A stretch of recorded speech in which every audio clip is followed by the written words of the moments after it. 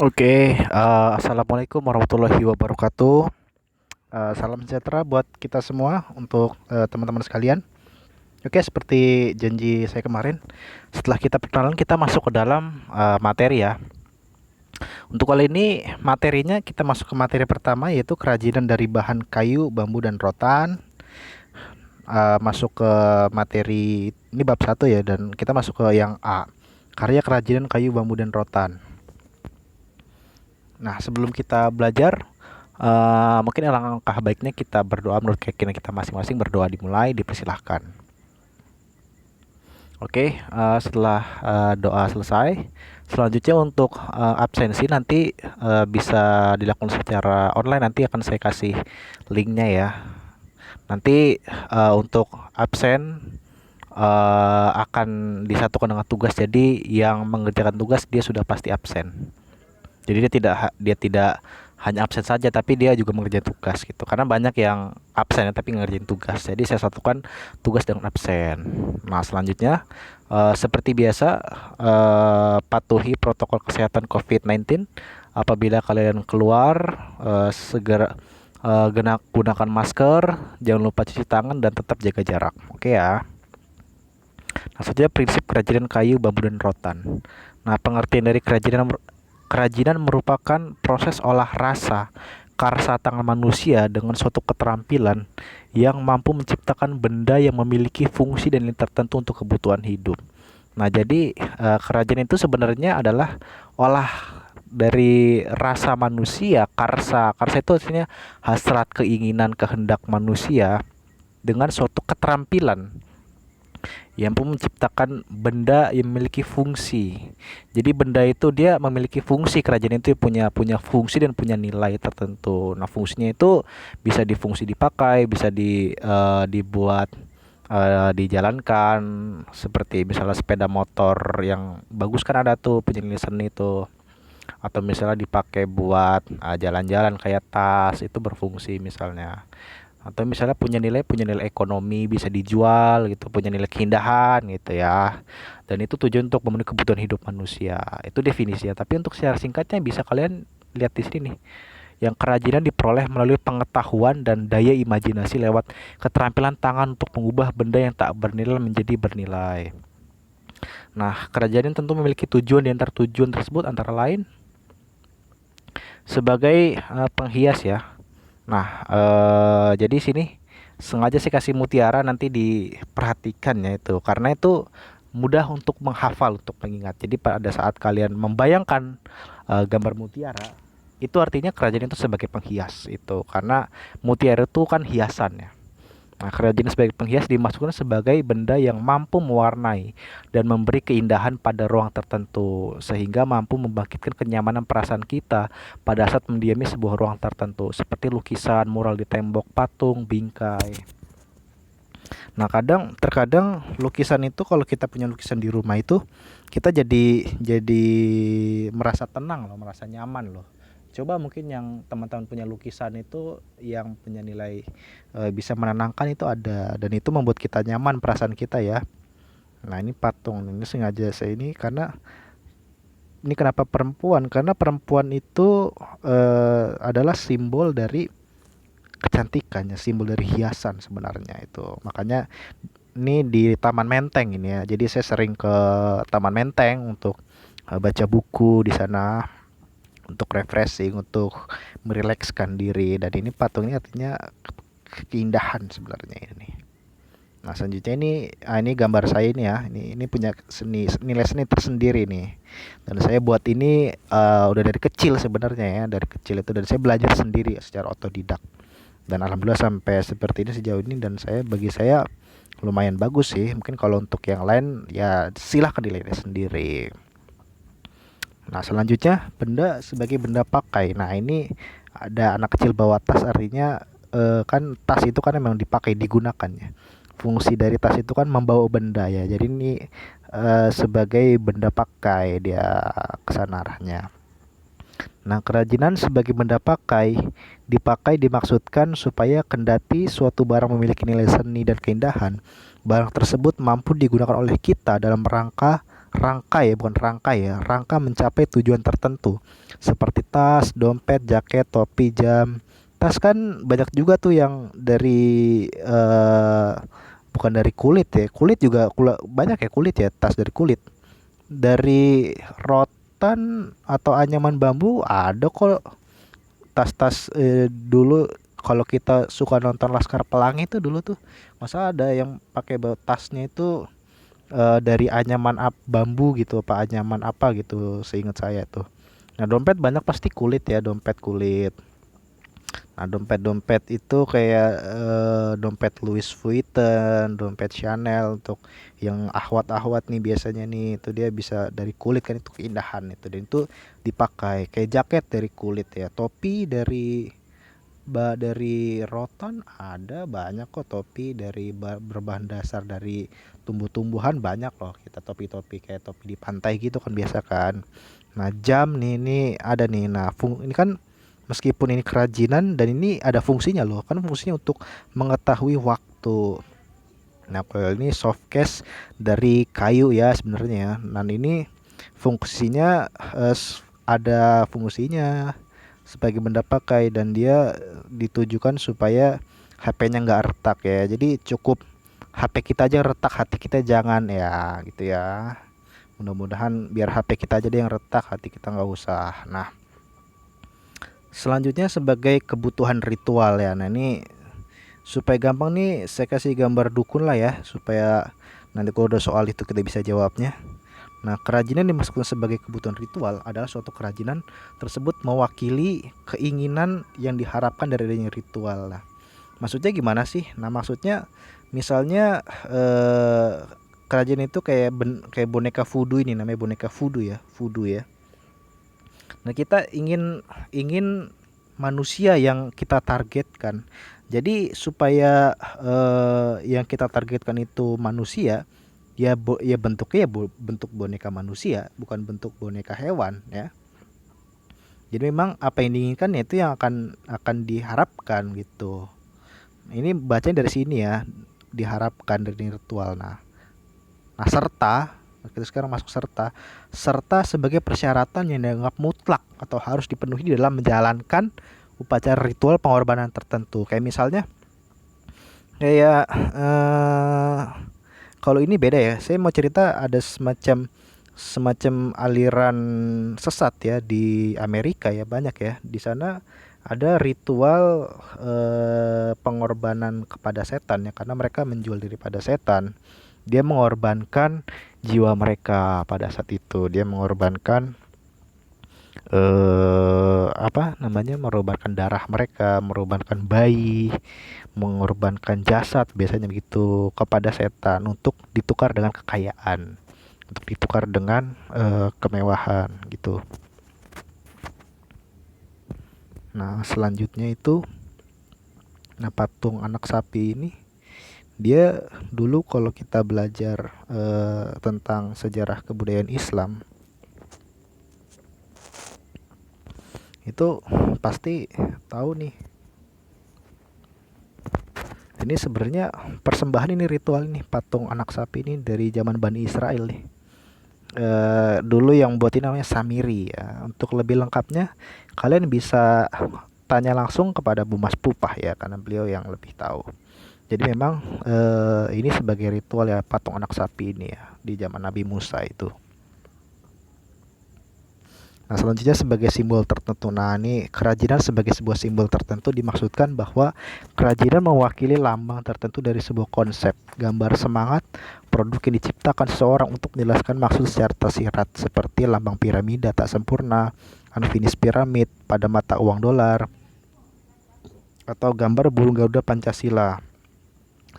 Simbol mata yang selalu melihat segalanya, all seeing eye. Nah, ini seperti ini ada simbolnya nih, tapi nggak perlu saya jelaskan simbolnya apa ya, karena terlalu jauh ya sebenarnya. Ini pokoknya ada maknanya nih, ini lambang ini ada maknanya. Terus kenapa ada Anuit, ada Coptis, Novus Ordo Seclorum, itu ada maknanya dia. Nanti kalau ada yang penasaran silakan WA ke saya aja untuk pertanyaan itu ya, karena itu ya cukup berbahaya sebenarnya itu. Nah, selanjutnya ini ada gambar burung Garuda Pancasila nih. Nah, 45 helai bulu di leher itu artinya tahun 45 pada saat itu. Ya udah dijelaskan ya waktu SD ya, 17 helai ini artinya tanggal 17. Nah, ini 19 ini abad 19 nih perisai pangkal ekor. Dan 8 helai bulu ini pada bulan Agustus ya, itu bulan 8 waktu itu. Nah, yang Coca-Cola ini sebenarnya ada maknanya nih. Artinya kalau dibalik itu dalam bahasa Arab artinya la Mekah la Muhammad, artinya tidak Mekah tidak Muhammad. Ya jadi itu yang nggak kita tahu, kita minum aja Coca-Cola tapi kita nggak tahu artinya apa itu untuk menambah wawasan aja. Nah selanjutnya aneka produk kerajinan kayu, bambu dan rotan. Nah kerajinan kayu negara Indonesia merupakan negara agraris, di mana negara kita memiliki lahan pertanian dan kehutanan yang sangat luas. Oleh karena itu bumi kita memendam sejuta potensi untuk menumbuhkan ragam jenis pepohonan yang kemudian dapat diolah menjadi kerajinan kayu. Nah, kerajinan kayu yang dapat diolah seperti kayu jati, mahoni, waru, sawo. Nah, ini seperti ini kerajinan kayunya ya. Ini diukir, tapi nanti kita masuk ke lanjutnya. Nah, kerajinan bambu. Nah, tidak hanya digunakan sebagai alat peperangan pada saat perlawanan melawan penjajah. Sejak ratusan tahun lalu, masyarakat kita menggunakan bambu untuk berbagai kebutuhan. Serta untuk saat ini bambu kita dapat olah dan memiliki nilai estetika dan ekonomi yang sangat tinggi, seperti saung, anyaman kipas bambu, bambu getah-getih. Nah kalau saung itu kan seperti yang kayak suka sering ke puncak tuh kan, ada kayak saung gitu dari bambu tuh yang atapnya berumbai-rumbai. Nah ini selanjutnya kayak kentongan ini memorable banget nih.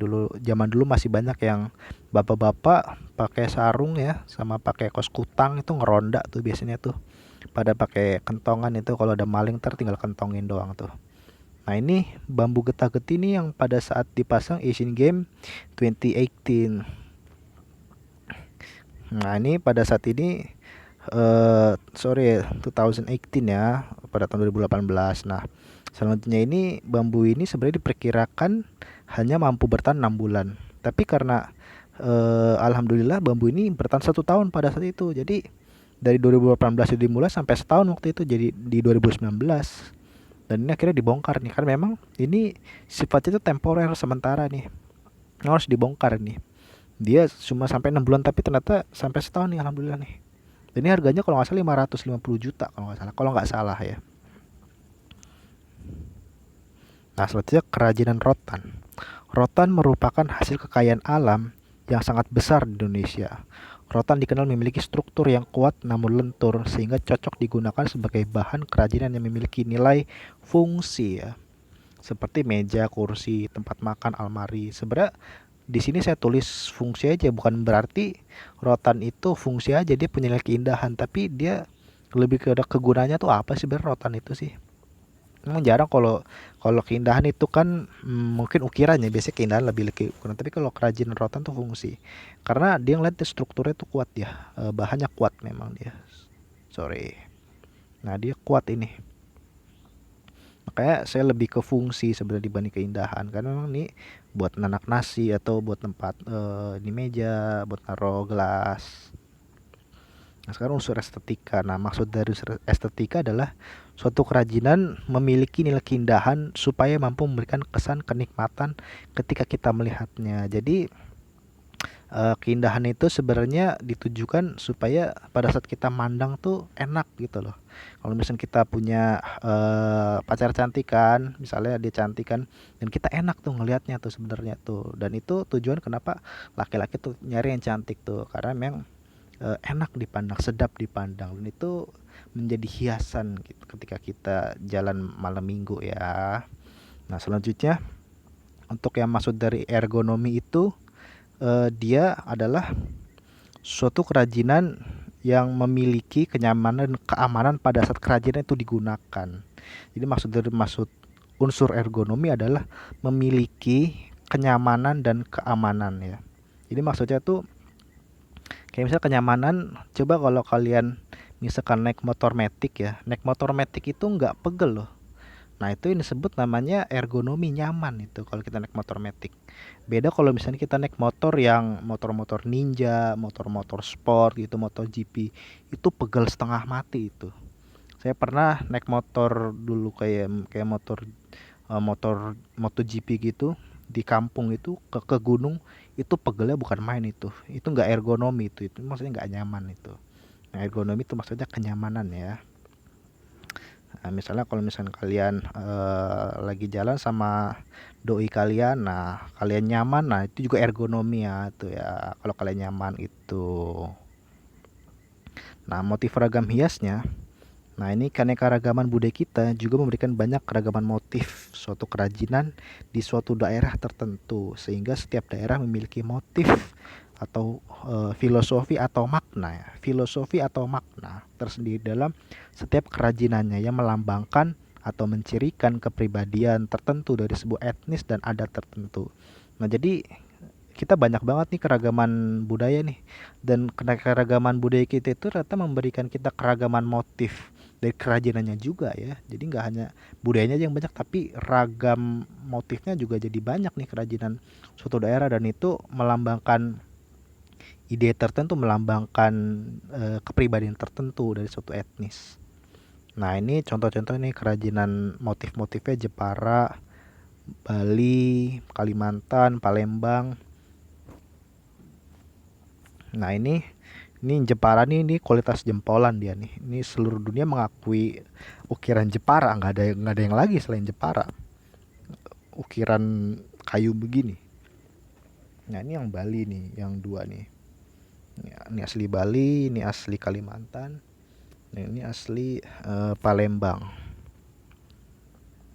Ini teknik mengukir adalah kegiatan menggores ya, intinya menggores, memahat dan menoreh pola pada permukaan benda yang diukir. Teknik mengukir ini biasanya digunakan untuk mengukir kayu ya. Jadi setahu saya memang kayu ya. Kalau besi kayaknya nggak bisa deh. Kalau besi dia ada alatnya sendiri. Nanti saya jelaskan, dia ada alatnya sendiri kalau besi memang. Atau aluminium sebenarnya. Atau kayu ini eh biasanya memang diukir ya. Kalau kayu ini dia hanya kayu aja kalau asal bisa diukir. Kalau yang lain-lain mungkin agak-agak susah. Material benda-benda yang lain. Maksudnya teknik bubut. Nah, teknik bubut ini dulu dulu saya belajar ini nih, Mak. Waktu saya dulu kan saya anak STM dulu. Nah, teknik bubut ini merupakan teknik yang memahat atau mengikis permukaan benda yang direkatkan pada dudukan mesin putar dengan tujuan menghasilkan bentuk permukaan yang simetris. Nah, ini nggak akan kalian temu di LKS nih. Ini nggak ada nih, karena orang yang dibikin LKS juga mungkin sekedar tahu ya. Kalau saya kan saya belajar ini juga dulu. Nah, biasanya teknik bubut mesin ini dia memerlukan mesin manual dan otomatis ya. Nah, mesin manual tuh yang ini nih, yang manual nih. Jadi pada saat dioperasikan itu dia gerakannya gini. Ini. Nah, ini kan tangan kita ini nih, dan dia bisa bisa ke sini. Nah, nancepinnya bendanya tuh ini biasanya kayu atau logam tertentu nih. Jadi tancap ini di kunci, dia ada kuncinya nih. Kayak kunci letter L tuh dia, kunci itu ntar dipahat, dia putar, dia ntar muter kan, muter nih. Nah, yang sini tuh ntar mahat di sini, ada pahatannya tuh. Bentuknya kayak persegi tuh kecil, itu sekitar 20 cm, dan itu keras itu dikasih ujung itu.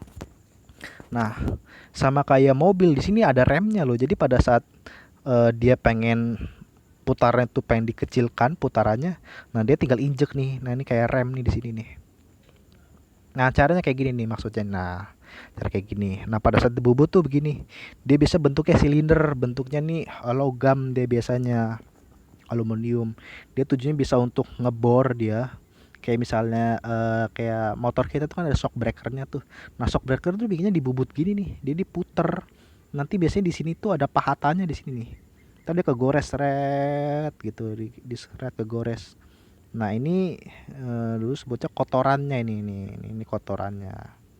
Nah, ini kebetulan ini pakainya pakainya matanya mata bor ya. Mata pahatnya beda lagi, dan mata pahat itu biasanya disimpan itu di sama guru saya dulu. Dia dia tuh benar paling berharga karena itu senjatanya tuh, dia pahat sininya nih. ntar kekikis lama-lama nih, ntar kayak bentuk silinder. Nah ini butuh nih selang ini bukan buat kita wudhu ya sebenarnya, ini supaya nggak terjadi kebakaran.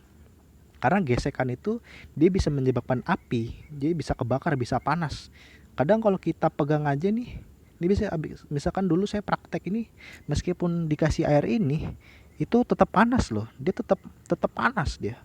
Karena diputar ada gesekannya nih, di bor ini gesek, dan dia harus didinginkan, harus disiram itu. Jadi waktu itu setelah saya praktek itu benda kayak gini nih, nah ini jepit gini nih, ada kuncinya nih dijepit, ini dia harus disiram lagi, dia disiram air atau direndam supaya nggak panas kita. Nah maksudnya ini kan tadi manual nih, jadi pakai tangan. Kalau ini otomatis nih, dia tinggal dimasukin ini otomatis. Nah otomatisnya di mana? Nah kita ngasih program sini, nanti kita bikin programnya macam kayak orang bikin program hacker tuh. Nah kayak begitu bikin hacker itu macam-macam. Salah A1 dikurang B5 dikurang C5 sama dengan X, nanti mundur lagi ditulis A1 ditambah B2 dikurang C5 sama dengan X2, terus kayak begitu. Itu panjang, itu kayak diprogram itu. Nah namanya itu, ini tuh CNC nih, Computer Numerical Controlled ya. Jadi semacam alat eh, alat pengatur secara angka ya, dengan angka. Jadi panjangnya berapa, ketebalannya berapa, itu bisa bisa dimasukkan sini, pencet-pencet nih dia. Ini adalah pencet, namanya panel nih di sini nih. Lalu dimasukin benangnya sini, kayu atau apa, bigger shock breaker atau apa, bisa di situ. Nanti kalau ada yang belum jelas bisa japrik saya soal teknik bubut ya. Nah, teknik anyaman begini nih. Teknik anyaman merupakan seni kerajinan yang dikerjakan dengan cara menumpang nindihkan atau menyilangkan lembaran benda kerajinan yang berbentuk pipih dan tipis, yang tiap-tiap ukurannya berbeda sehingga lembaran tersebut yang terlihat menumpuk tersebut nampak indah. Nah, ini sebenarnya kita udah mungkin misalnya ini tumpuk ya. Jadi dia diselip-selipnya sini, diselang-seling dia sini. Ini kelihatan indah ya, jadi harus konsisten nih. Misalnya di sini 2 1 2 1 2 1, sini juga sama. Misalnya sini ini kan 2 1 2 1 nih, sorry ya, ini 2, ini 1, ini 2, ini 1, sama di sini, ini 2, ini 1, ini 2, ini 1, ini 2, ini 1, ini 2. Jadi teknik tuh begitu, selang-seling deh. Ini misalnya ini plus, ini plus hitam, terus merah, ini plus hitam, merah di strip, ini plus hitam, strip lagi, ini plus hitam lagi. Nah oke ya, sampai sini dulu materinya. Saya ucapkan terima kasih atas perhatiannya. Nah, selanjutnya kita bisa lanjutkan untuk sesi mengerjakan tugas ya. Jadi untuk mengerjakan tugas nanti saya akan kirimkan linknya. Saya ucapkan terima kasih. Semoga kedepannya kita bisa bertemu tatap muka secara langsung, karena saya juga ingin sekali bertemu dengan kalian ya. Saya ucapkan wassalamualaikum warahmatullahi wabarakatuh.